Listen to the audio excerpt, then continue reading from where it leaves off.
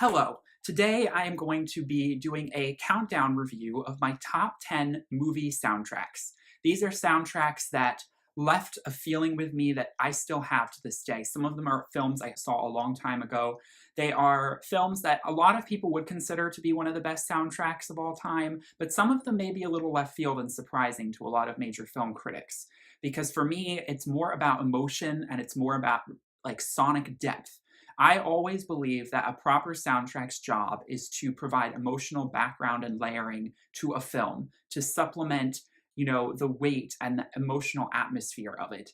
And it's not meant to take a back seat. It's also meant to have an equally loud voice in a lot of important epic moments of a movie. When you feel the emotion, the music is doing a lot of that heavy lifting. Of course, the actors and the screenplay play a major role, but a movie with very little soundtrack, for most part, I find to be very lacking. It's like missing a part of its body. That being said, I've noticed a trend in recent years towards favoring soundtracks in major film studios being more in the sound design, sound effect category. We have a lot of superhero films, and the soundtracks for those tend to be either recycled music of like actual pop music that is just sort of cycled and looped in the background during an action sequence, or it's more kind of music, but it's not really music. It's not an actual constructed thematic structure. There's no recurring theme that's really that noticeable, no melodies that stand out. The chord riffs and the piano riffs are just ominous sort of background tones that your brain is not really even aware are there. You don't leave the movie theater thinking, gosh, that soundtrack really blew me away. It almost never even crosses your mind. I feel like that is a woeful trend that I'm seeing a lot in Hollywood lately, where soundtracks are severely neglected and turned into more just like digital sound effects to supplement the already rich, actual sound effects that a movie would have, especially an action movie.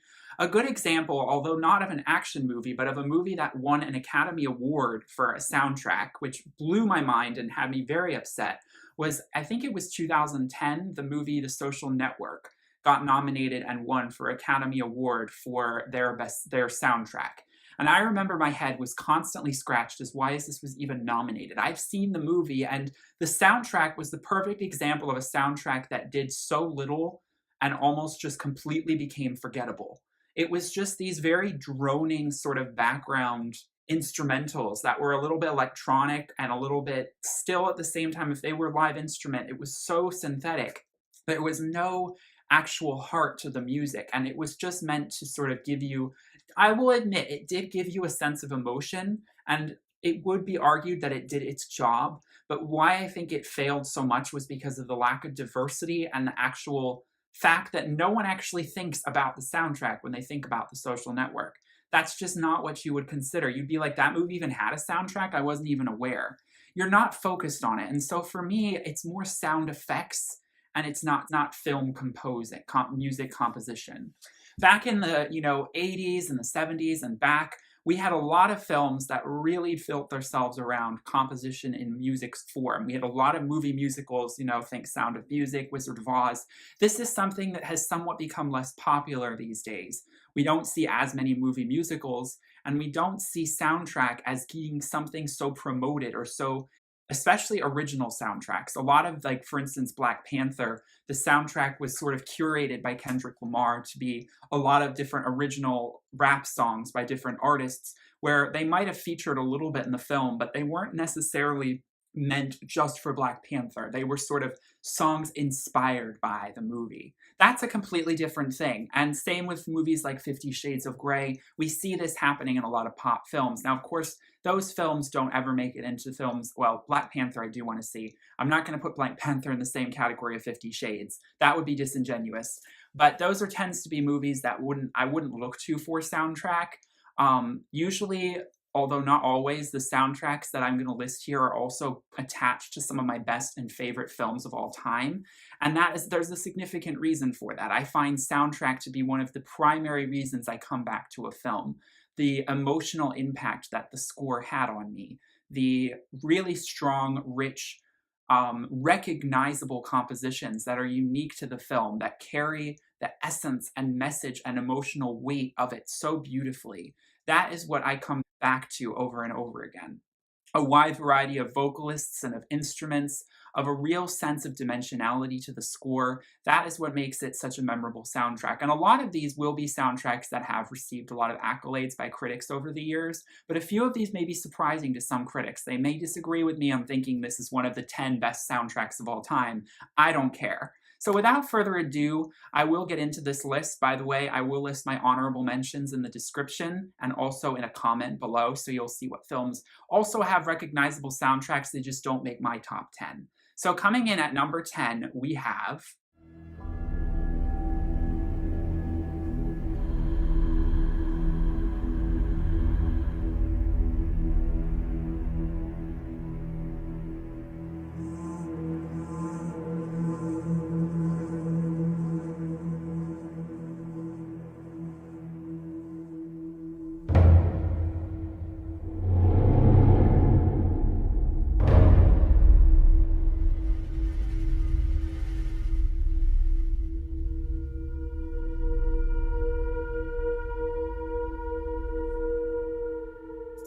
At number 10, this is one of those I would definitely think a lot of critics would disagree with me upon placing. The Grudge 2 soundtrack from 2006, composed by Christopher Young.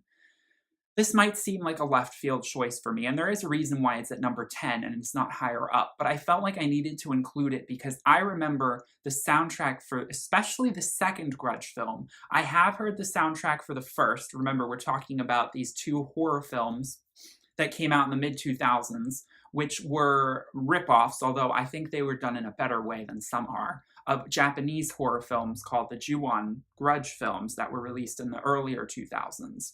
Soundtracks to horror films are often overlooked, but I actually think that the soundtrack plays a pivotal role in creating a sense of eeriness and carrying the actual presence of fear throughout the film. And I feel like the Grudge 2 soundtrack is one of the better soundtracks made for a Western horror film that is, of course, bent towards being back towards the Near East. This film was actually directed by Takashi Shimizu, who was the creator of the Japanese Ju-on series back in Japan. So he brought an over-encompassing Eastern flair to this project, and of course, since it's set in Japan, you would expect a strong Japanese influence in terms of the instruments that are used. And we find an abundance of Eastern, predominantly Japanese folk instruments used in the very eerie, very sparse, very minimalist, but urgent when it needs to be, eerie soundtrack that is The Grudge 2.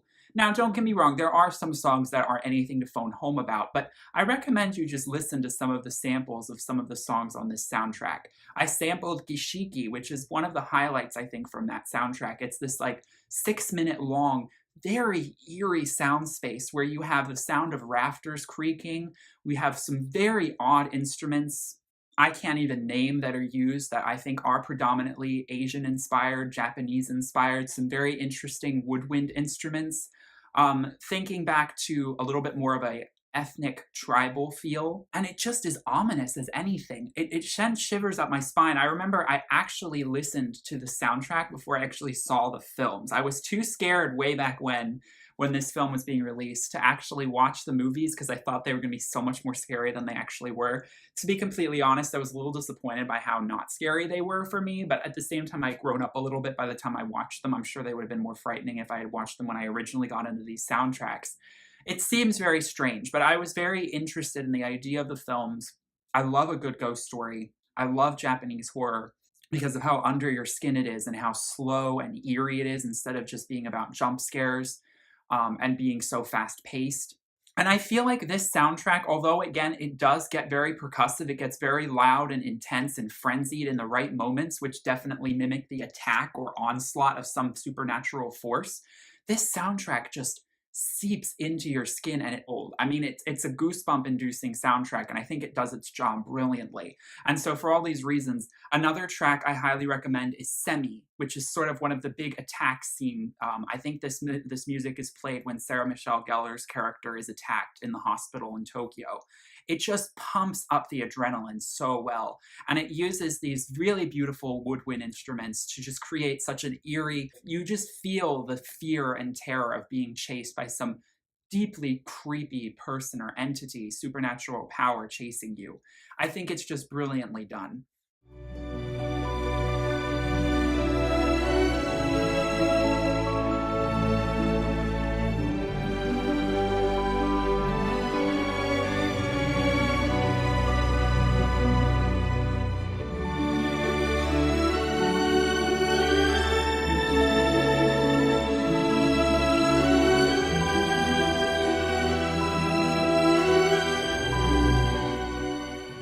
Coming in at number 9, we have the soundtrack to the 4th Harry Potter film, Harry Potter and the Goblet of Fire, composed by Patrick Doyle.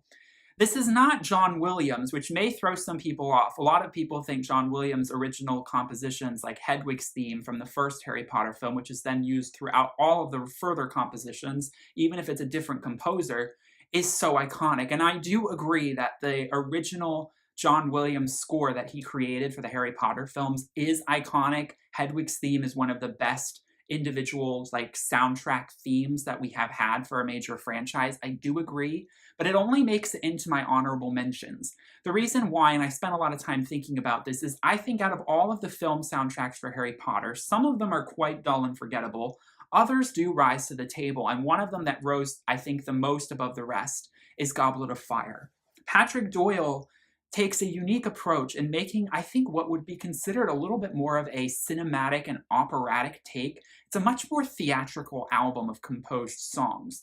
We have songs that reference, the fact that there's a lot of different cultures coming in this story. We have the Durmstrang students coming from Bulgaria, and we have the French students coming from France, from Beauxbaton's Academy of Magic. He employs the instruments that fit those cultures brilliantly into the score on certain tracks, for sure. And there's just an overall ambiance of something a little bit more mysterious about this album and soundtrack. It employs, of course, the familial John Williams theme, but it takes it to another level and kind of adds something that I think the next subsequent composers don't do such a good job of.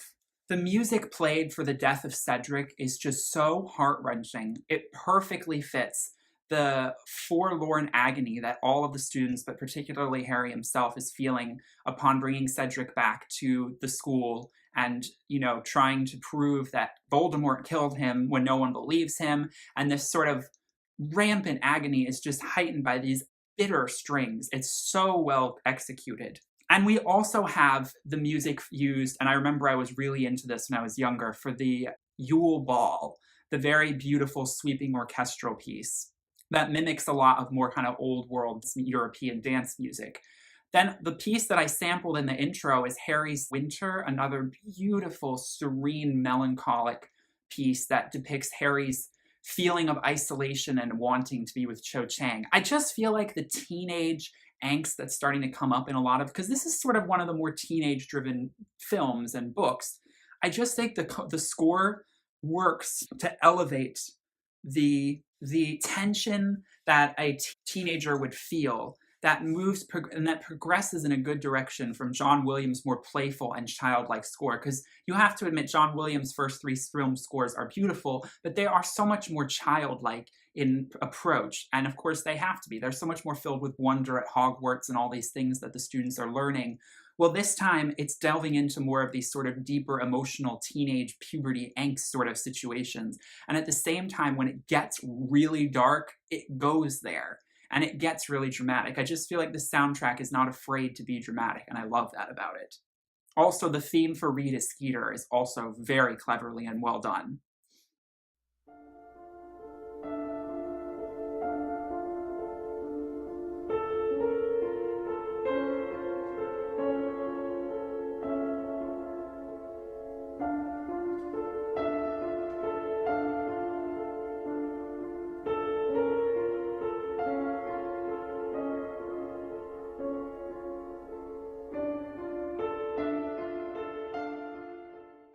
Coming in at number 8, we have the soundtrack to the original Ring film, The Ring, which was released in 2002. Of course, this isn't the original. Ringu, which was released in 1998, a lot like The Grudge, is a Japanese film that was then made in Western media several years later, and it was actually a film that did get good critical acclaim. The original Ring film has a phenomenal film score by Hans Zimmer, who is already a phenomenal composer attached to so many big movies. Another one on this list actually makes it higher up.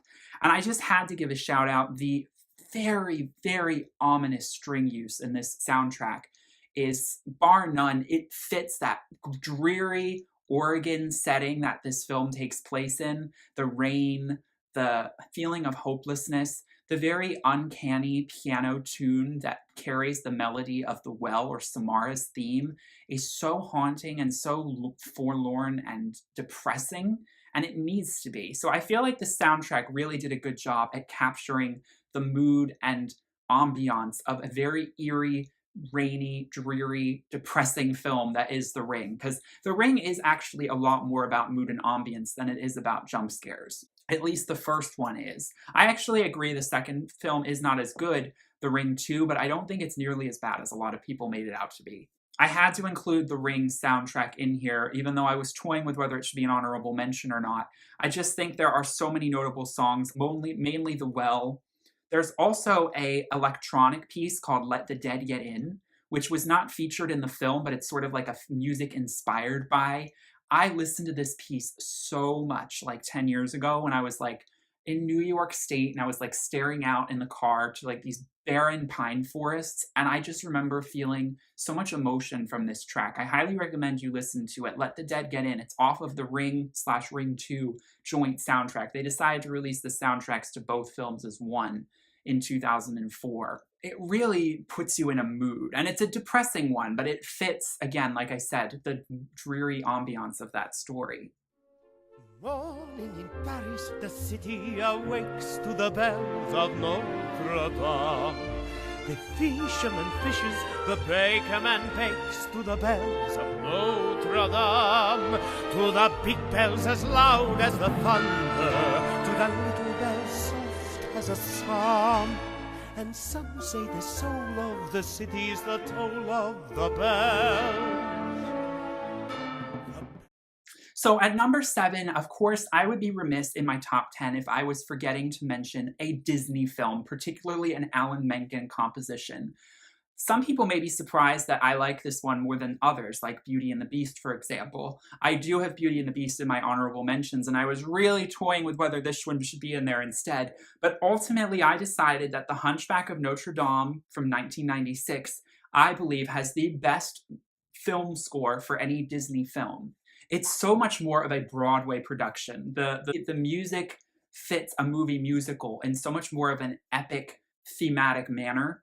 And the beautiful Latin choirs that are employed really give you a historical setting for this film that is so right and so perfect, carried by the amazing vocals of Quasimodo and Count Frollo, Tom Hulce and Tony Jay, respectively, create captivating performances, especially songs like Out There, which are so triumphant and exuberant, the church bells, the sweeping orchestral swells. It's like the Sound of Music moment for Disney, along with Beauty and the Beast. Those two, it's like they're vying for the top spot, but I just had to edge out Beauty and the Beast because I just feel like there's something very original here that Disney does not really replicate on any other film scores to the same extent, in terms of going for music that really feels accurate for the time period. I mean, it's medieval, it's Latin and Catholic influenced, and it's much more in the vein of like a German composer. I mean, think Mozart or think Bach. This music is big and brooding, and it fits the 15th century European setting so well. So much better than a lot of other Disney films, which kind of feel just like some, 20th century symphony making beautiful fairy tale music for a film set in, the 16th century. This film, and along with maybe a few other Disney films, was one of the apex for music composition. I love Heaven's Light and how it seeks into Hellfire. that brooding, dark song. It's very adult for a children's film, though I always consider this a family film, not specifically a children's film. Adults can watch Hunchback of Notre Dame and get just as much thrill from it and actually see so many other layers they would not have seen as a child. I loved that I grew up watching this film, and the soundtrack was always in my head. It always was one of the things I was the most excited to hear when watching this film, along with, of course, the beautiful animation that I wish Disney would do again. The such rich, mixed with computer, but still predominantly painted illustrations that they used for the animations in these films that really make Notre Dame come to life, Paris come to life, the characters. One other song I just have to point out is God Help the Outcasts, sung by Esmeralda's character. So beautiful, so serene, and so mournful at the same time, fitting for like a liturgy in like a giant chancel or in a choir in a church. And it carries the weight of the outcries of the downtrodden and the oppressed so beautifully as a prayer to God. This is a religious soundtrack, and I can't speak enough about how strong, dark, dimensional, beautiful this is. The fun, playful, topsy-turvy. It's all so well constructed. Alan Menken does a great job with any Disney soundtrack, but this one he was at the top of his game for sure.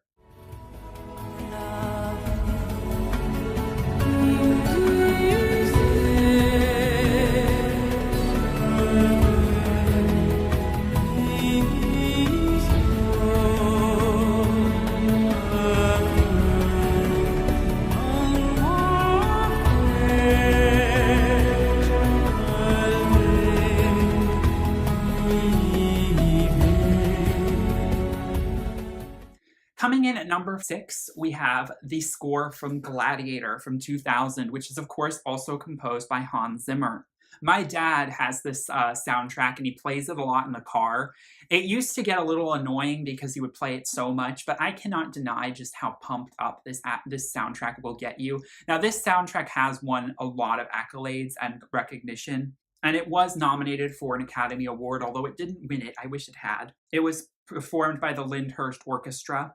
It's anthemic, it's sweeping, it's great battle music, it's got great moments of mystery and awe. It just shapes the story and the sort of tragedy of this tale so beautifully.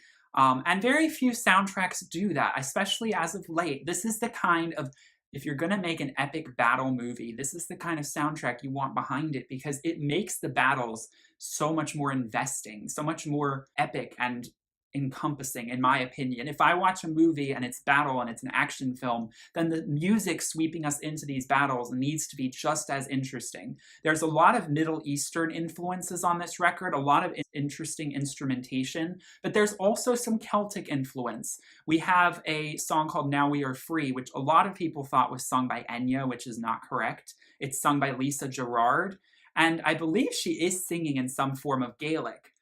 Which would not really fit for the Roman time period that this is meant to be set in, so I don't really understand what that's about, but it's very sweeping and beautiful, and it's one of the signature themes that just tugs at the heartstrings.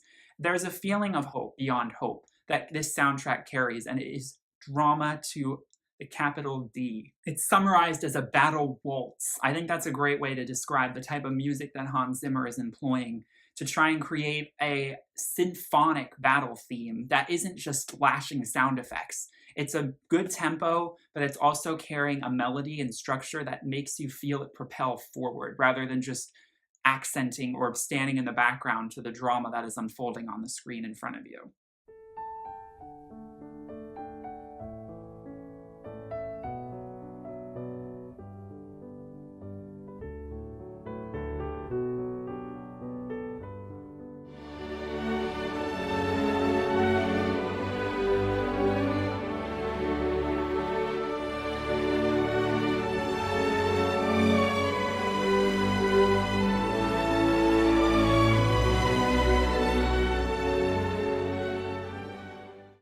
At number 5, we have the beautifully understated yet epic soundtrack for Legends of the Fall by James Horner from 1995. The track I sampled at the beginning is the Ludlows, which carries the main theme of this record, of this film. And it is always a theme that just haunts me in the back of my head. Whenever I think of film scores, this one comes to mind. This is one of those situations where the soundtrack trumps the actual film for me. I won't deny that Legends of the Fall is a beautiful film. I have seen it, obviously. But it's a very heavy and dark and sad film. But there's something about the soundtrack that is just 10 times more strong for me. But I will admit it's still a phenomenal performance, and I recommend you see it if you haven't. It's a classic film. Predominantly for that theme from the Ludlows, that just really propels and sets the tone for a film that will be contemplative, that will be dark, that will be serene, melancholic, all of these things, and of course, anthemic and epic all at once. And it's a very tragic story, so it fits that. And I love the pastoral, bucolic piano intro to that song. It's just a beautiful, iconic piano riff that very few soundtracks I feel can match in terms of just being so iconic and signifying of a song that you're just like, that was Legends of the Fall, that was epic, we can't say anything more about it. And it also makes this score so down to earth and rooted. I mean, this is set in Montana. This is a country sort of story. And so that soundtrack never gets too above its roots, even when it gets so sweeping and epic. Harkening back to a lot of other big anthemic film scores, like Once Upon a Time in the West, that were just so sweeping and epic, but yet at the same time represented the sort of down-to-earth nature of the film and the setting so well.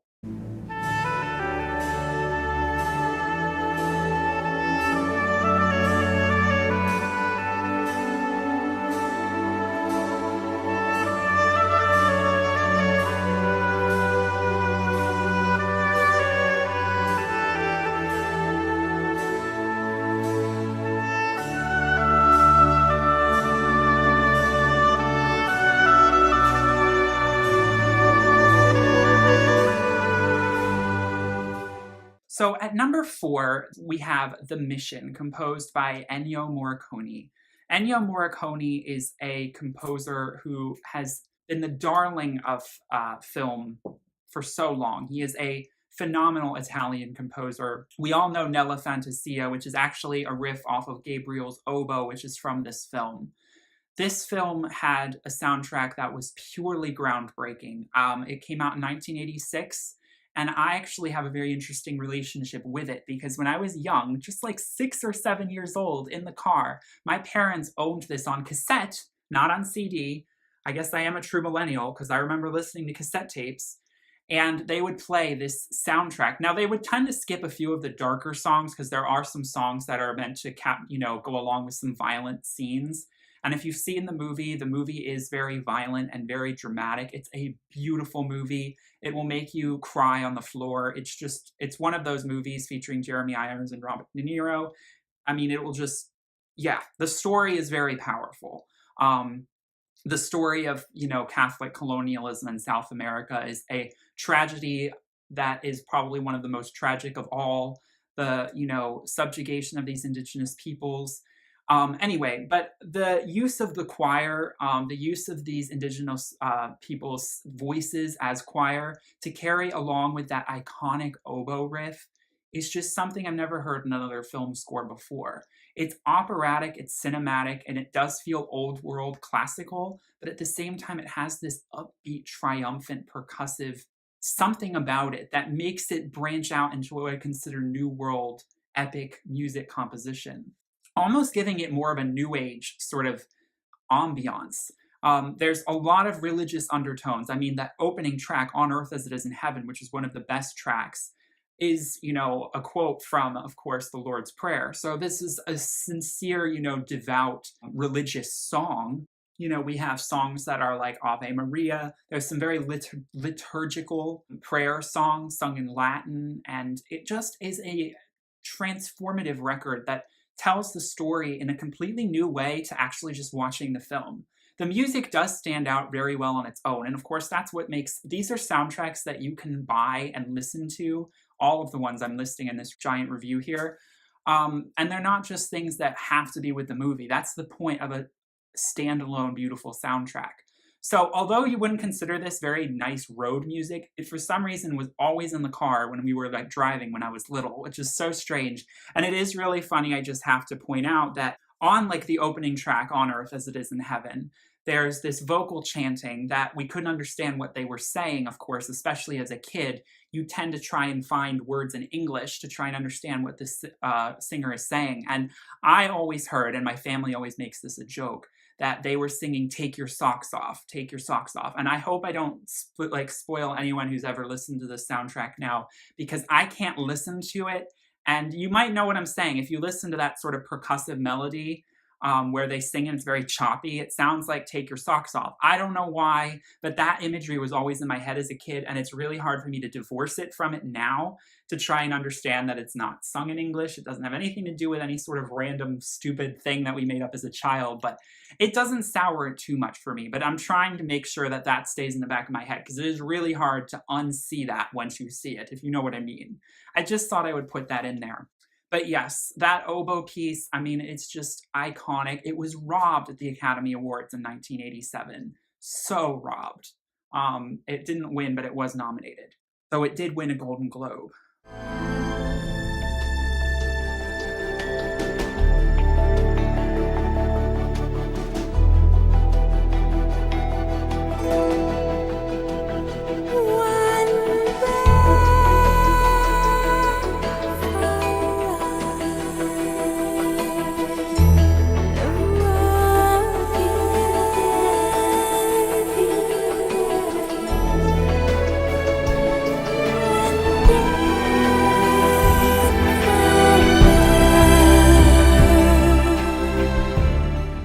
Okay, at number 3, we have the beautifully glossy composed soundtrack for the Chronicles of Narnia, The Lion, the Witch, and the Wardrobe, composed by Harry Gregson-Williams off of the film from 2005, directed by Andrew Adamson, and of course off of the novel by C.S. Lewis. I was not expecting when I heard this movie was to be coming out that the soundtrack would be this good. The soundtrack is a wealth of interesting, almost pop music, but not. It's this beautiful blend of childlike melodies and lullabies with very dramatic, sweeping battle music, with also a beautiful pop structure underneath, with real bass and snare drums guiding the rhythm along. It's a really unique soundtrack, and it always captivated my imagination as a 12-year-old when this film first came out, because I was enamored with it. The vocal delivery on the track Evacuating London, when the title track is played, I remember sitting in my chair just being like, this is so magical. Like, my ears and eyes could not believe how much this story seemed to come to life because of the music.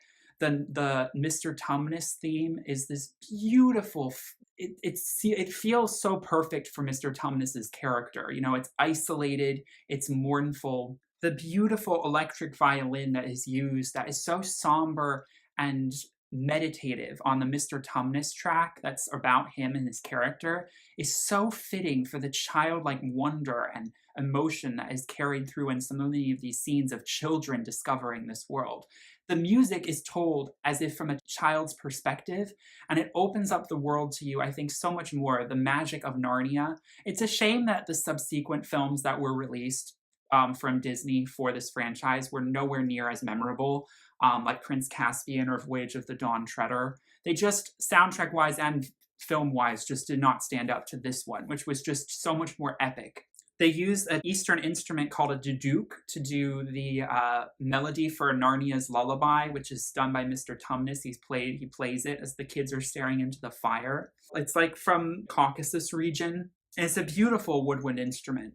The piano is so sparse and crystalline. Everything about the production on these records is beautiful. Imogen Heap contributed an original song called Can't Take It In. As you know, I love Imogen Heap. That is a phenomenal song. It's one of my favorite songs that was used for a movie score. It just beautifully encapsulates, and I feel like Imogen's voice would have been perfect in more songs on this soundtrack. I almost wish they had employed Imogen the same way that The Lord of the Rings and Peter Jackson employed Enya to provide some vocals within the actual film itself instead of just doing the end track. Because Imogen Heap's style of production and vocal layering fits so beautifully on the production and synth work that is used throughout Harry Gregson-Williams' score for this film. It is phenomenal. I highly recommend you give this a listen if you haven't. Even the very adrenaline pumping opener, The Blitz, which we all know is about the Blitz in, World War II, in London when the bombs are being dropped. It is so high octane. It is so well done. All of the battle music that we have for the battle, the finale, the climactic battle, it's like this opus, and it transitions from theme to theme so beautifully. And like I said, there's a pulsating rhythm underneath all of it. Such a well done soundtrack. It's playful, it's magical, it's mysterious, it's wondrous. All of these things all in one to create a truly all surround sound choral and orchestral performance piece. Well done, Harry Gregson-Williams, for this. Well, well done.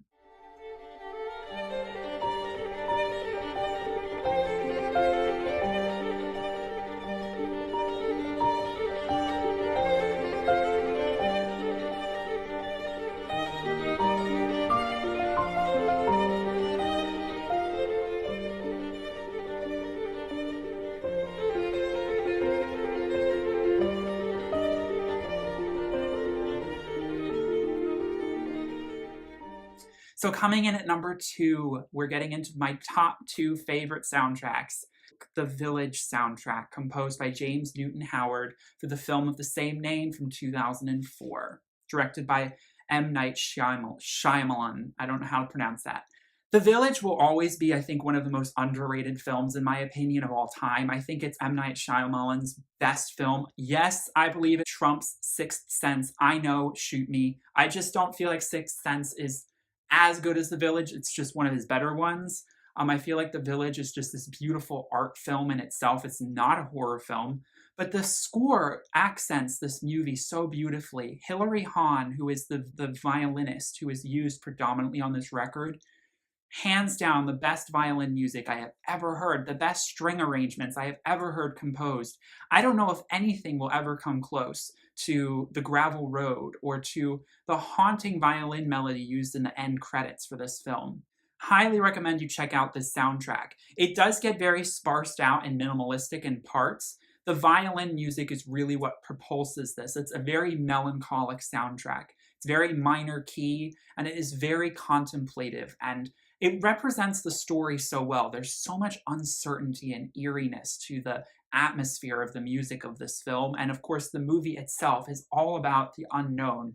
It's all about eerie atmospheres and not trusting and knowing whether to trust certain people in this small village community and thinking there might be something more out around them. I won't spoil the film if you haven't seen it, but I highly recommend you see this movie and you give this soundtrack a listen, because it will bring tears to your eyes. It is so moving, it's so haunting and beautiful.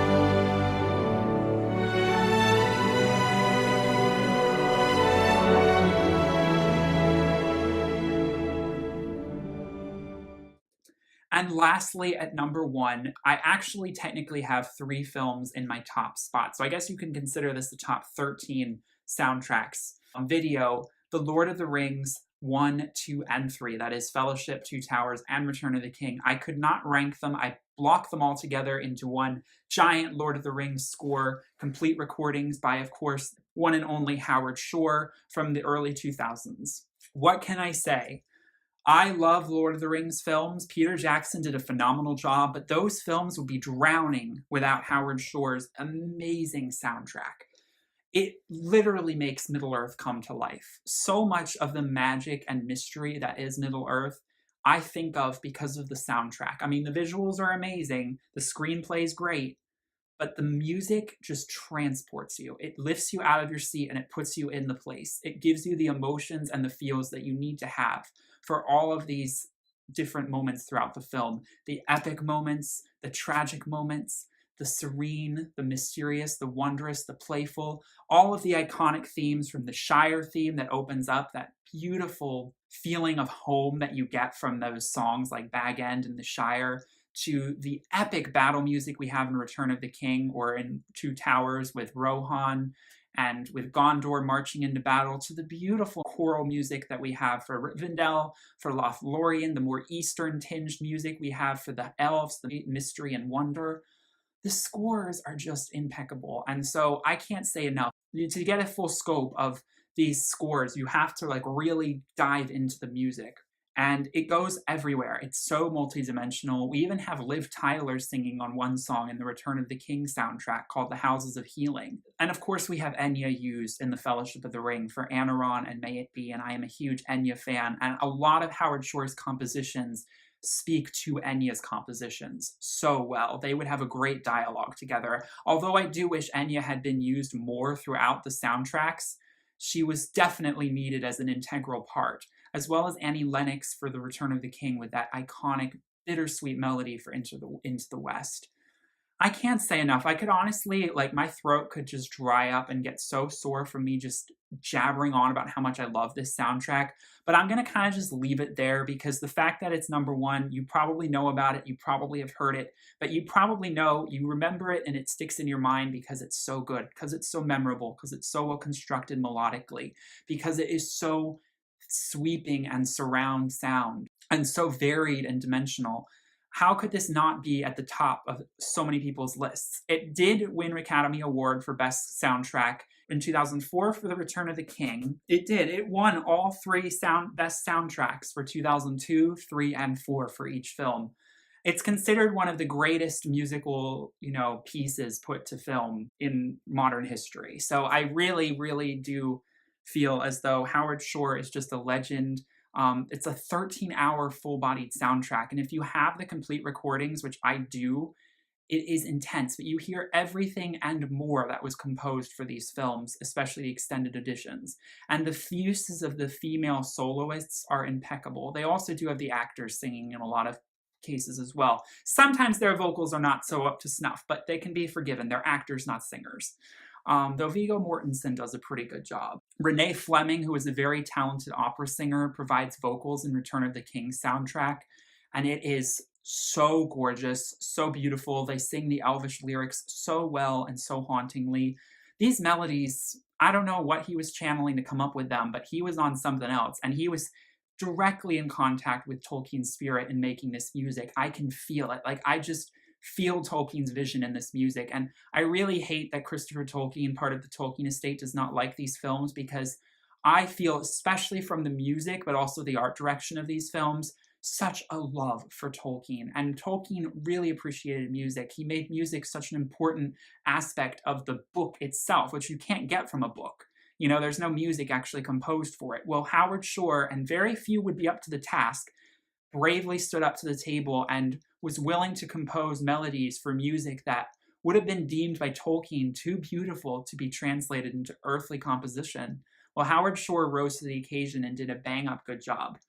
So he was basically making music of the gods there, and Tolkien should be smiling down upon him, just saying, you did a good job. He also did compose the music for the Hobbit films.